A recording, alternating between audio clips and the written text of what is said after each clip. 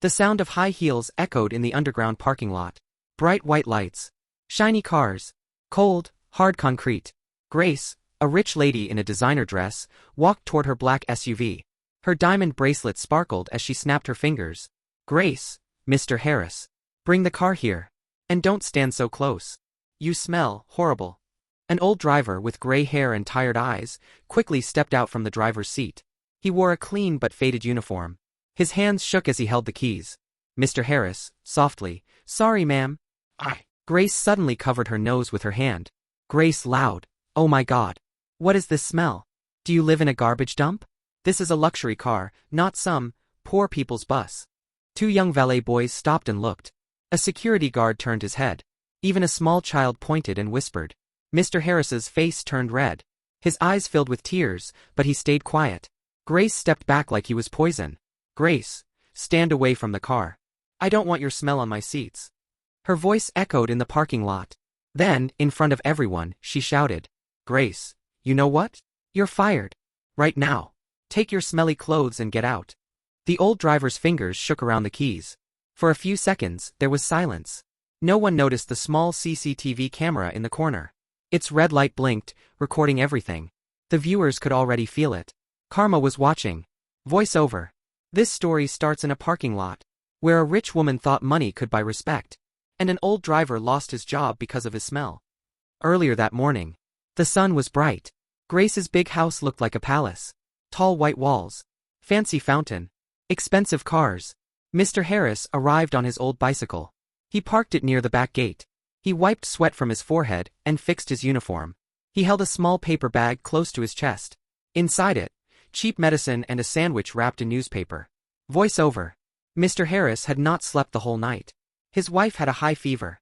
He spent the night in a crowded hospital, standing by her bed, breathing in strong hospital disinfectant and medicine smells. He did not have time to bathe properly. He only washed his face, changed his shirt, and rushed to work. As Grace walked out of the house, her perfume filled the air. She wore sunglasses, even though she was still in the shade. Grace, you're late, Mr. Harris. Again. Mr. Harris, ma'am, I'm sorry. My wife is sick. I was at the hospital. Grace rolled her eyes. Grace, everyone has excuses. Just drive. I have a spa appointment and then shopping. I don't have time for your sad stories. He opened the car door for her. She sat inside and made a face. Grace, what is this smell? Did you shower in cheap medicine? Ugh. He quietly started the engine. His hands trembled on the steering wheel. Voiceover. Have you ever seen someone act like they're a king or queen? Just because they have money? That's how Grace lived every day. They reached the mall. The underground parking was cool and clean. The sound of cars, distant footsteps, and soft music from far away. As Mr. Harris parked, Grace got more annoyed. Grace, don't park near the workers' area. I don't want to walk past them. Park near the VIP entrance. Do you understand? He parked where she wanted. He got out and rushed to open her door. The moment he came close, she smelled the hospital medicine and sweat on his clothes. Grace's face twisted. Grace loud. That's it. I can't take this anymore.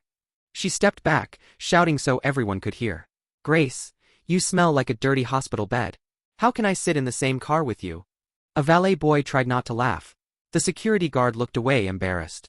Mr. Harris, softly, ma'am, I'm really sorry. My wife. Grace cut him off. Grace, stop saying my wife, my wife. I don't care.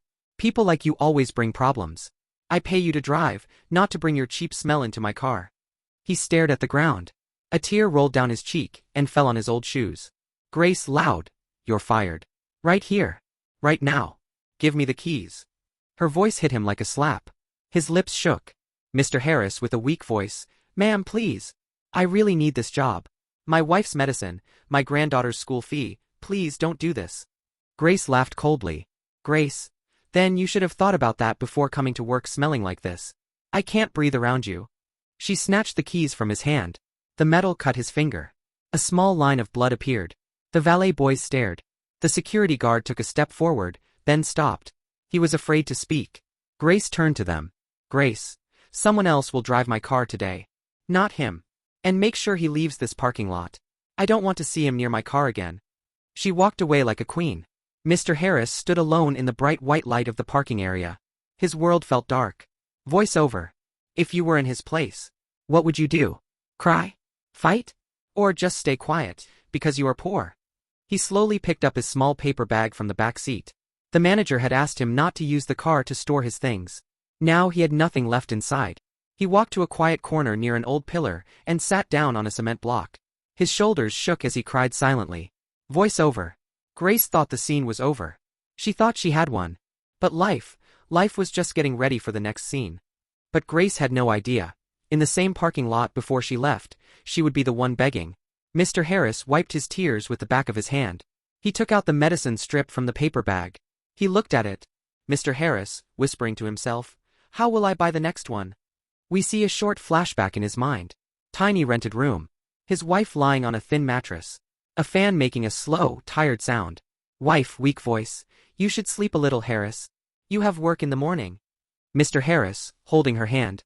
It's okay. I'll manage. You just get better. Hospital hallway. Strong disinfectant smell.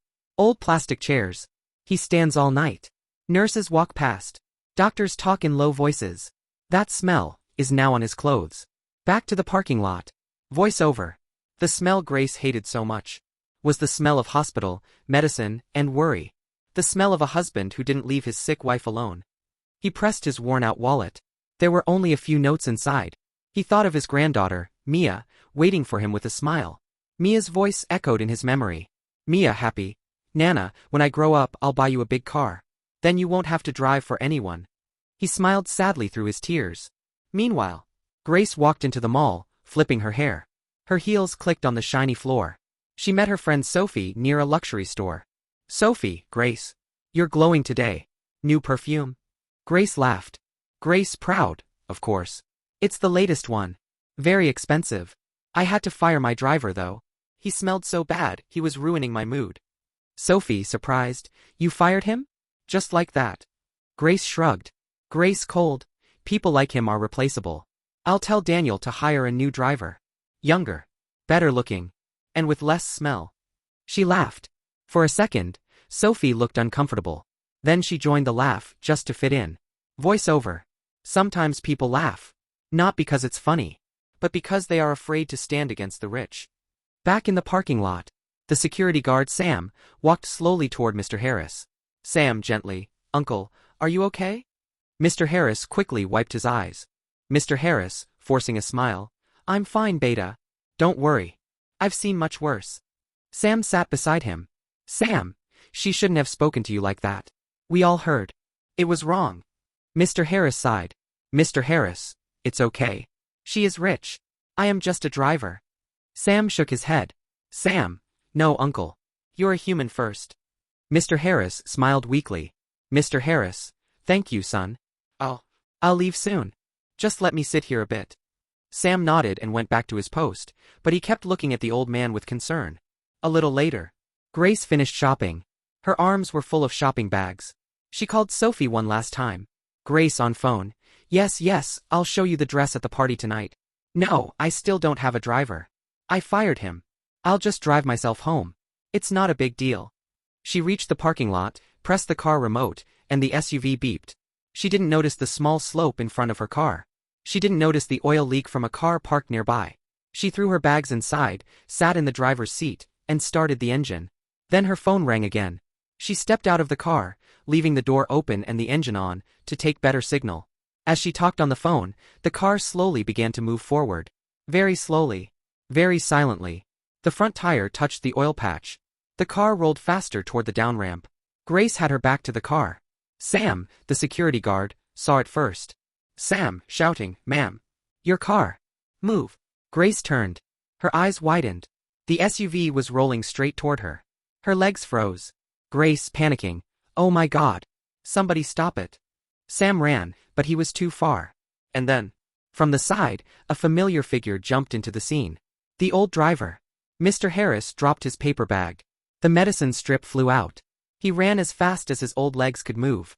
He grabbed the door, pulled himself halfway into the car, and yanked the handbrake. The SUV screeched and stopped just inches from Grace. The whole parking lot went silent. Grace stood shaking, her heart pounding. She looked at the old man hanging from the driver's side, breathing hard. It was Mr. Harris. Voice over. In that moment, The man she fired for his smell was the man who saved her life. But the real karma was still waiting, and this time, everyone would see it. Sam ran to them. Sam, uncle. Are you okay? Mr. Harris slowly got out of the SUV. His knee had hit the dashboard. He limped a little. He smiled faintly. Mr. Harris, catching his breath, I'm fine. I'm fine, son. Grace could hardly speak. Grace, voice shaking, you saved me. People had gathered now. The valet boys. A few customers. Everyone who had seen her insult him earlier. One of the valet boys whispered to another. Valet 1, isn't that the same driver she just fired? Valet 2, yeah. The same one. She called him smelly and threw him out. Sam turned to Grace. Sam, bold now, ma'am, he just saved your life. A few minutes after you fired him in front of everyone. Grace looked around. She saw people staring at her with judgment in their eyes. She felt small. For the first time in a long time. Before she could speak, a deep voice came from behind. Grace. It was her husband, Mr. Carter. He had arrived to meet her for lunch and saw the whole scene from the entrance. Mr. Carter, angry. What did you do? Grace stammered. Grace, Daniel, it was an accident. The car moved. I didn't. Mr. Carter, cold. I saw the video. He held up his phone. On the screen was the CCTV footage the control room had sent him. It showed Grace insulting Mr. Harris. Calling him garbage. Firing him. While everyone watched. Mr. Carter turned the phone off. Mr. Carter, to Mr. Harris. Sir, are you hurt? Do you need a hospital? Sir. He called the driver, sir. Mr. Harris quickly shook his head. Mr. Harris. No, sir. I'm okay. Just a small pain. Nothing more. Mr. Carter looked ashamed. Mr. Carter, I'm the one who should be sorry. My wife's behavior was unacceptable. Grace looked at her husband with shock. Grace, Daniel? You're taking his side? He's just... Mr. Carter glared at her. Mr. Carter, sharp. Just what, Grace? Just a driver? Just a poor man? The poor man who saved your life when everyone else only watched. The crowd was silent. Voice over. Sometimes, karma doesn't come in thunder and storms. Sometimes it comes in the form of truth, spoken loudly in front of everyone. Mr. Carter turned to Mr. Harris again. Mr. Carter, softer. How long have you worked for us? Mr. Harris thought for a second. Mr. Harris, almost 10 years, sir. Mr. Carter sighed. Mr. Carter, 10 years. And we never asked you why you were late. Why your eyes looked tired. Why your clothes smelled like hospital. Sam stepped forward. Sam, sir, his wife is sick. He spent the whole night at the hospital. That's why his clothes smell like medicine. Not dirt. Mr. Carter closed his eyes for a moment. Then he spoke clearly. Mr. Carter, from today, you are not fired. You are promoted. You will not only be my driver. You will be in charge of all drivers of our company. I will raise your salary. And we will pay for your wife's treatment. Gasps. Whispers. People began to smile. Mr. Harris's eyes filled with tears. Mr. Harris, voice breaking. Sir, this is too much. I am just... Mr. Carter raised a hand. Mr. Carter, firm.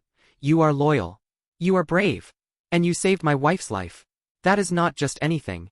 Grace felt like the ground under her feet was shaking. Mr. Carter turned to her. Mr. Carter, stern. And you, Grace, will apologize. Right here. In the same parking lot where you insulted him. In front of these people. Her cheeks burned. Grace, almost whispering. Daniel, please not here. Mr. Carter, here. Right now. Or I will take your cards, your car, and your position in my charity foundation. I will not live with a heart that thinks it is better than others. Grace's throat felt dry. Her hand shook as she removed her sunglasses. She slowly walked toward Mr. Harris. Grace, eyes wet. Mr. Harris. I'm sorry. Her voice broke. Grace, louder, so all could hear. I am truly sorry. I spoke to you like you were less than me. I insulted you. I hurt you. I was wrong. Tears rolled down her face now. Mr. Harris looked at her. His own eyes were soft. He could have shouted at her. He could have humiliated her back. Instead, he simply said, Mr. Harris, gently, respect has no smell, ma'am. Those words hit her harder than any slap. Sam smiled a little. The valet boys looked proud. Mr. Carter nodded. Mr. Carter, Grace, from today, you will spend 3 days a week at the hospital. Helping patients, drivers, maids, anyone who needs help. Maybe then you will understand what real smell is. Not of money. But of struggle. Grace wiped her tears and nodded. Grace, softly, okay? I will. Voice over. Sometimes, losing face in public is the exact medicine our heart needs. Mr. Harris picked up his fallen paper bag. Mr. Carter took it from his hands instead. Mr. Carter, I'll have my assistant send a car for your wife. And a doctor. You take the rest of the week off. That's an order. Mr. Harris smiled for the first time that day. As he walked away, Mia's happy voice echoed in his mind again. Mia in his memory. Nana, one day you'll have a big car of your own. He smiled wider. Voice over. That day had not come yet. But today, he had received something even bigger than a car. He got respect. Grace stood there, watching the old man go. She looked down at her own expensive shoes. For the first time, she felt small, but in a good way. Her heart was heavy, but softer. Voice over. Grace insulted a man because of his smell. But the real bad smell was never on his clothes. It was in her pride. Money can buy a car. But it cannot buy character. A poor man with a clean heart is richer than a millionaire with a dirty soul. If you ever see someone treat a worker, a driver, or a maid like they are less, remember this story. Respect has no smell, no price, and no class. Everyone deserves it.